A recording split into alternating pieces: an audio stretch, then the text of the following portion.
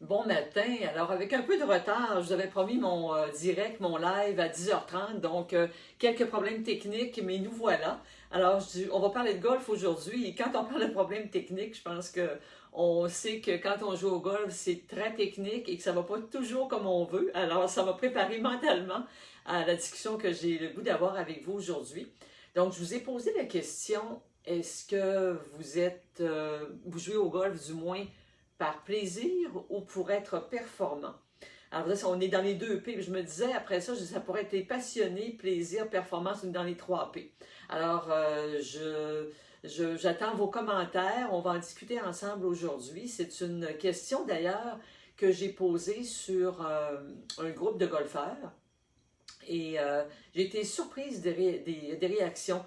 Je vous dirais que j'avais l'impression, c'était mon jugement, ma perception, que les golfeurs étaient des performants, qu'on voulait jouer pour réussir. Peut-être que c'était ma projection de mes propres intentions, parce que je dois vous avouer que moi, quand je vais sur un terrain de golf, j'aime bien ça, avoir des bons coups, puis je me donne des objectifs, puis évidemment, je ne les atteins pas toujours, mais des fois, je les atteins et ça fait plaisir. Et dans les commentaires, j'ai imprimé les commentaires que les golfeurs m'ont fait et je vais vous les partager. Mais je vous invite à m'écrire aussi, vous qui m'écoutez actuellement, ou si c'est en rediffusion, mettez un R ou rediffusion, puis mettez-moi vos commentaires, ça me fera plaisir de vous lire et peut-être de répondre, de communiquer avec vous. Mais je me demande, vous, est-ce que vous golfez par plaisir ou par performance? Alors, je vous lis quelques-unes des réponses et pour moi, ça a été presque, je vous dirais, une révélation, puis vraiment de voir la belle philosophie des golfeurs. J'ai été vraiment agréablement surprise. Alors, la première réponse qu'on m'a faite, c'est que M. Gérard me disait « Il faut jouer pour s'amuser ». Alors, curieusement, quelques bons coups vont faire que la partie va finalement être plaisante. Donc, on a quand même un mixte aussi de vouloir faire des bons coups, ce qui agrémente le tout. Mais lui, il a choisi de jouer pour s'amuser. Alors, M. Courchain, lui, me dit que lorsqu'on a de bons et agréables partenaires de jeu, la performance devient très secondaire. Et ça, je trouve ça tellement extraordinaire. Je dois vous conter une petite histoire. Alors, même si je suis chiropraticienne, d'ailleurs, ça me donne l'occasion de me présenter. Je suis Dominique Dufour, chiropraticienne, depuis 40 ans. Alors, passionnée de golf, mais passionnée de chiropratique aussi pour les bienfaits que ça apporte évidemment à mes patients et aux des centaines de golfeurs qui me consultent. Et donc, le but de cette présentation-là va être de vous amener à aller chercher du plaisir de plus. Je vous en parlerai dans la fin de notre conversation. Mais ceci dit, ce que je voulais vous conter, c'est que même si je suis chiropraticienne, on n'est pas exempté d'avoir des problèmes de dos et des problèmes d'articulation. On est des humains comme tout le monde. Et il y a 2 ans de ça, je me suis fait un méchant tour de rein. Et donc, ce qui évidemment m'a empêché d'aller jouer au golf. Et je vous disais que je rongeais mon frein.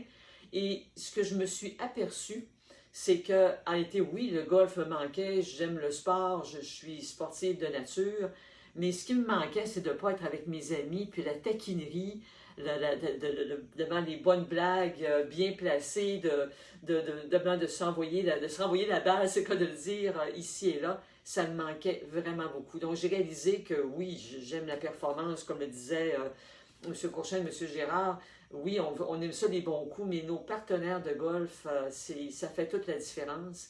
Et vraiment, maintenant, on se demande d'ailleurs si on aime jouer au golf ou les déjeuners qu'on prend par la suite, où on va continuer à jaser et à partager ensemble. Je vais aller lire, je pense que j'ai vu quelques commentaires.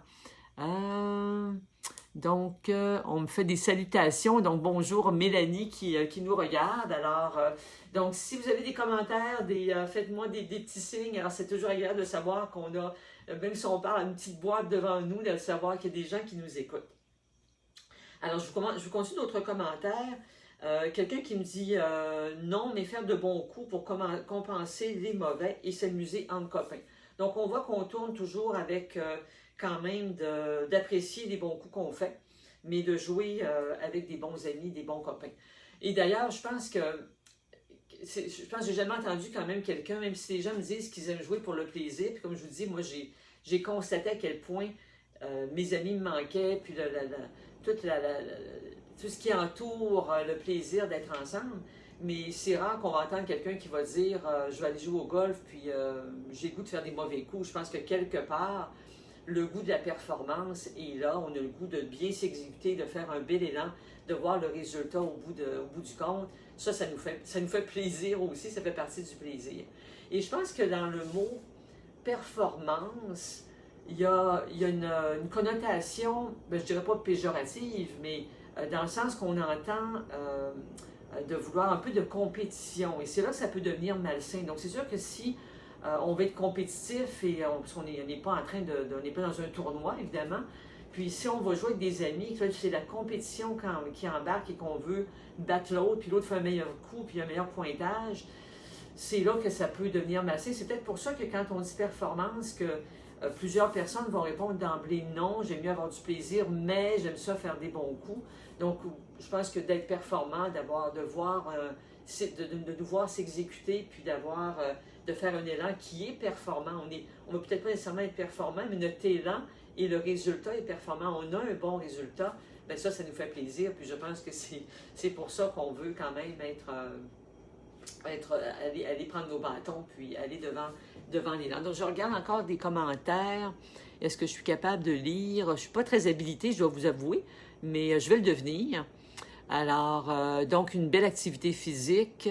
On a une belle activité physique, c'est ce que je suis capable de lire. Donc, je prendrai des petites... savoir comment mieux lire les commentaires, mais ça me fait plaisir et je pourrais les relire après. J'ai vu un petit j'aime qui passe, alors ça fait chaud au cœur.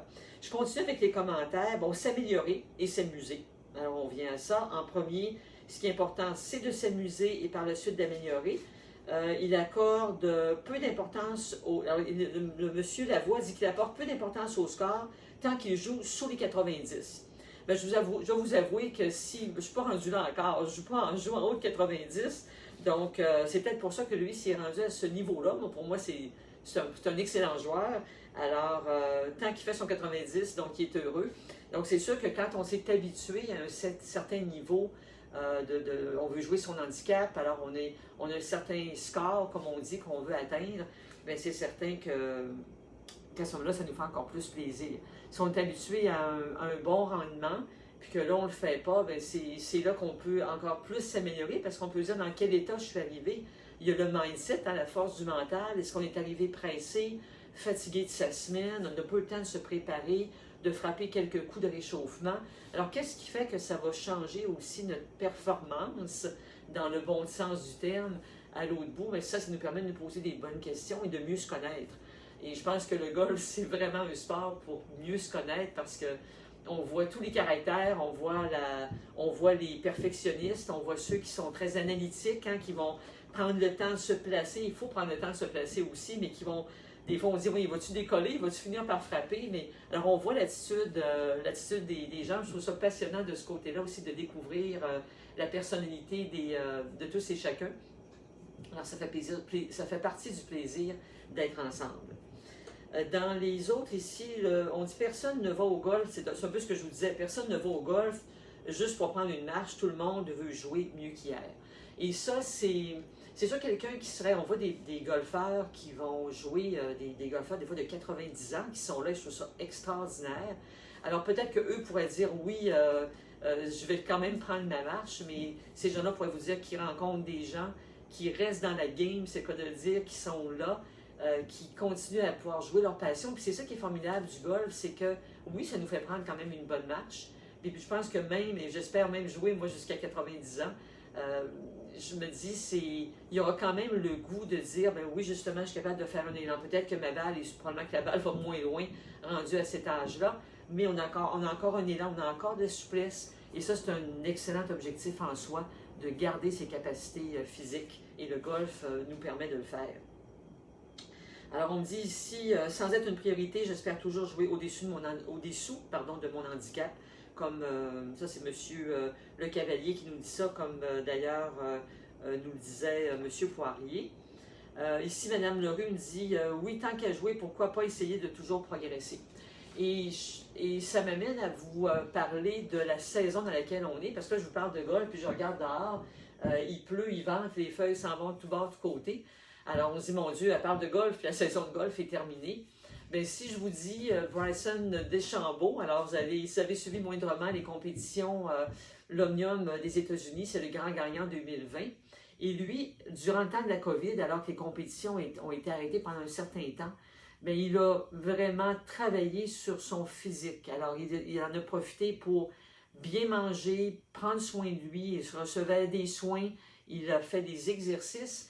Et évidemment, on voit le résultat, il est arrivé. Je ne dis pas que les autres golfeurs ne le faisaient pas, mais lui vraiment a décidé d'aller analyser toutes les zones sur lesquelles il pouvait s'améliorer. Il a pris 40 livres de muscles et on peut observer toute sa capacité physique. Je ne suis pas en train de vous dire de prendre 40 livres de muscles, moi, ce n'est pas mon intention. Je vais être fit, je vais être en forme, mais dans les limites, évidemment, du temps que je peux y mettre et tout ça. Mais ce que j'ai le goût définitivement, et moi, c'est l'objectif que je me suis mis pour la prochaine saison, c'est de profiter, c'est l'engagement ou le défi aussi que je vous lance, c'est que là, on est au mois d'octobre, et là, on va commencer à jouer. Certains terrains vont déjà, dépendamment dans quelle région du Québec on se trouve, on va avoir certains terrains qui vont ouvrir déjà au mois d'avril. Donc, on a fin octobre. Donc, je vais compter novembre, décembre, janvier, février, mars, avril. On a 6 mois devant nous. Et pensez-vous, 6 mois pour préparer son corps. Alors, ce que je vous suggère, et vous pourrez trouver le lien au-dessus de la vidéo, c'est de rejoindre ma communauté pour faire en sorte de recevoir tous les vendredis, toutes les semaines, je vais vous envoyer des vidéos spécifiquement pour les golfeurs, pour améliorer votre élan et faire en sorte que vous allez avoir un meilleur mouvement d'épaule, un meilleur mouvement du bas du dos, la flexibilité pour ceux d'entre vous qui me disent « Oh, moi, je ne suis pas flexible, je vous lance le défi. » Alors, un pas à la fois, un petit pas à la fois, un petit exercice à la fois pour avoir des grands résultats, c'est ce que je vous encourage à faire. Donc, cliquez sur le lien au-dessus de la vidéo pour vous rejoindre ma communauté de golfeurs passionnés qui veulent rester en forme pour jouer longtemps. Et on pourra tous se retrouver à 90 ans pour aller voir les résultats que ça donne d'avoir entretenu son corps. On peut toujours dire « j'aurais donc dû », mais là, on est ici et maintenant. Puis, chaque jour qui se passe, c'est ça qui bâtit notre futur. Alors, déjà, on commence, puis on va aller chercher un plus en termes de sa flexibilité. On va avoir des exercices pour améliorer la force, pour améliorer la mobilité, l'équilibre. Alors, vous aurez plein de bons conseils, je vous le garantis. Quant aux résultats, maintenant, je ne peux pas vous les garantir parce que je ne sais pas si vous allez faire les exercices. Mais si vous les faites, il ne peut pas faire autrement qu'avoir une différence au niveau de vos capacités physiques. Alors, j'ai déjà, hâte au mois d'avril, puis moi, je trouve que le mois d'avril, c'est déjà à nos portes. Alors, performant ou par le plaisir, c'est encore le temps d'écrire vos commentaires. Si vous écoutez en rediffusion, écrivez aussi vos commentaires. Alors, je pense que la conclusion, moi, que je regarde dans les sondages que j'avais déjà faits sur un groupe de golfeurs passionnés, on me disait donc vraiment, je pense que la performance, quand je lis tout ça, c'était la connotation peut-être performance avec une mauvaise compétition malsaine, mais dans le sens de s'améliorer, ça rajoute du plaisir. Alors, je pense qu'une belle combinaison des deux. Alors, moi, je pense qu'on peut devenir l'équipe des 3P. Alors, les passionnés, les performants et ceux qui jouent par le plaisir, je trouve que ça fait une belle équipe. Alors, je vous encourage à partager aussi avec vos amis golfeurs, avec vos foursomes préférés, pour qu'eux aussi puissent être en forme pour commencer la prochaine saison. Parce que c'est pas vraiment plaisant de garder des secrets pour soi, surtout si c'est pour aider les autres. Donc, vous avez des golfeurs que vous savez qui ont certaines douleurs, problèmes physiques, et je pense que c'est le temps de leur offrir ce cadeau, de pouvoir rejoindre la communauté. Donc, partagez, cliquez sur le lien. Et je vous dis aussi que je suis certifiée de l'Institut de performance Titleist.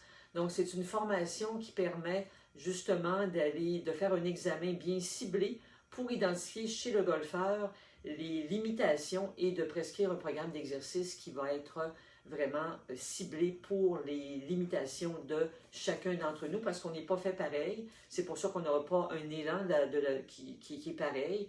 Et ça, c'est votre professionnel de golf. Si vous pouvez aussi, durant l'hiver, prendre des cours de golf, il saura justement aller c'est le temps d'aller aiguiser sa lame pour pouvoir, on n'ira pas aiguiser ses bâtons, mais aiguiser sa lame pour être en forme au printemps. Donc, des bons exercices, des bons conseils de votre professionnel, d'aller faire des élans de golf dans les endroits qui le permettent durant l'hiver et dans les différentes régions du Québec. Et j'ai hâte de vous retrouver sur ma communauté. Alors, plaisir, performance. Alors donc, en attendant que l'hiver arrive, vous le savez, je ressors mon équipement d'hiver. Alors, on met son foulard, on met sa tuque, on met ses gants, on sort ses bâtons et on va être prêt pour le mois d'avril 2021. Et j'ai hâte de vous retrouver en forme sur les terrains de golf. Alors, au plaisir!